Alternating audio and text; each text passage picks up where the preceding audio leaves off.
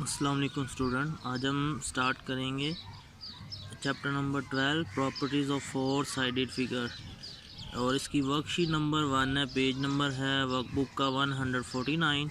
यहाँ से हम स्टार्ट करेंगे। तो फोर साइडेड फिगर यानी कि फोर साइड्स होंगी हर फिगर की। जैसे फॉर एग्जांपल जैसे स्क्वायर ऑलरेडी आप पढ़ चुके हैं, रेक्टेंगल पढ़ चुके हैं, इस तरह की रोम्बस आ जाएगी, इसमें पैरेललोग्राम और इस तरह की दूसरी शेप्स आ जाएंगी। ठीक है, तो वर्कशीट नंबर 1 जो कि properties of four sided figure से रिलेटेड है और इसका क्वेश्चन नंबर 1 है, figure ABCD is a parallelogram, fill in the blanks. नीचे जो ब्लैंक्स गिवन है वो हमने फिल करनी है। ये एक पैरेललोग्राम जो है रेक्टेंगल जैसे होती है ना हमारे पास, इस तरह की होती है। स्क्वायर जिसमें दो उसकी यानी कि लेंथ भी होती है, ब्रेथ भी होती है। ठीक है, जो ज़्यादा बड़ी लेंथ यानी कि साइड होती है उसे हम लेंथ बोलते हैं और छोटी को क्या बोलते हैं, ब्रेथ बोलते हैं। तो इससे पैरेललोग्राम अगर इसको थोड़ा सा और अगर हम रेक्टेंगल को थोड़ा सा टेढ़ा कर दें, जैसे थोड़ा सा वो टर्न कर दें, तो वो क्या बन जाती है, पैरेललोग्राम। इस जो पैरेललोग्राम है ये तकरीबन सेम ही होती है रेक्टेंगल के, बस इसमें थोड़ी सी शेप जो है उसकी थोड़ी डिफरेंट होती है। इसमें भी जो आमने सामने वाली साइड्स होती हैं वो इक्वल होती हैं। ठीक है, जैसे ये एक एरो रिप्रेजेंट क्या कर रहा है, ये साइड जो है यानी AB साइड जो है वो CD के इक्वल है और इसी के ये पैरेलल भी है। ठीक है, पैरेलल लाइन ऐसी लाइन होती है जैसे फॉर एग्जांपल ये दो लाइन बिल्कुल सीधी लाइन जो कि आपस में कहीं भी जाके जो है वो इंटरसेक्ट ना करें। Two straight line which do not intersect are known as parallel lines.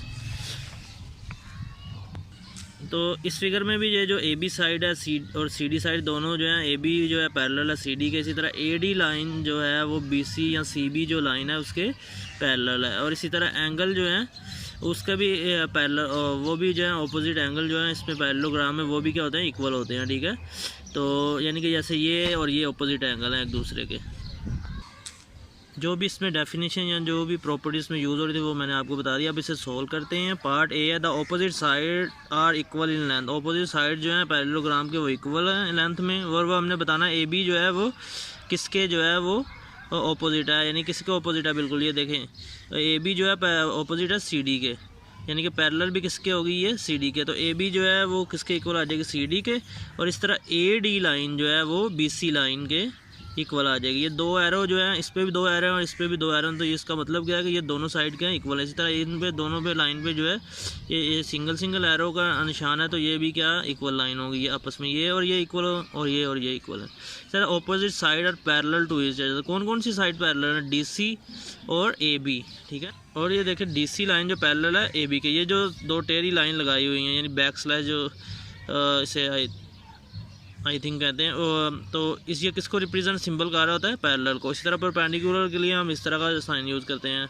ये ऑपोजिट T यानी उल्टा T और उसके साथ R लिख दें तो ये क्या होता है, परपेंडिकुलर। ठीक है, इसका अभी यूज़ नहीं है, ये फिलहाल पैरेलल। DC लाइन जो है ये देखें फिगर में, DC लाइन जो पैरेलल है AB के। इसी तरह BC लाइन जो है यानी ये BC लाइन किसके पैरेलल है, AD के।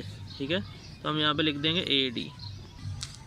और इसी तरह जो ऑपोजिट एंगल आर इक्वल, यानी ऑपोजिट एंगल कौन कौन से हैं, एंगल W और एंगल Y, यानी कि एंगल Y यहाँ पे आ जाएगा, ये दोनों के इक्वल हैं। इसी तरह एंगल X और एंगल Z जो हैं ये एक दूसरे के इक्वल होंगे क्योंकि ऑपोजिट एंगल जो हैं वो इक्वल होते हैं ये जो पैरेललोग्राम है इसमें। तो इसका C पार्ट भी सॉल्व हो गया। अब हम the sum of each pair of angle between a pair of parallel side is equal to 180 degree. वो कह रहा है हर एंगल जो है एक साइड, जैसे ये साइड है, ये एंगल X और ये जो है W बन रहा है, यानी कि ये जो साइड AD है और BC है, इसका जो ये इस लाइन के साथ AB के साथ जो एंगल ऊपर नीचे बना है, इन दोनों का सम किसके इक्वल होगा, 180 डिग्री के। तो हम क्या लिखेंगे, angle X plus angle W is equal to 180। इसी तरह दूसरा क्या आएगा, angle Y and angle Z जो है इज इक्वल टू 180 डिग्री। इसी तरह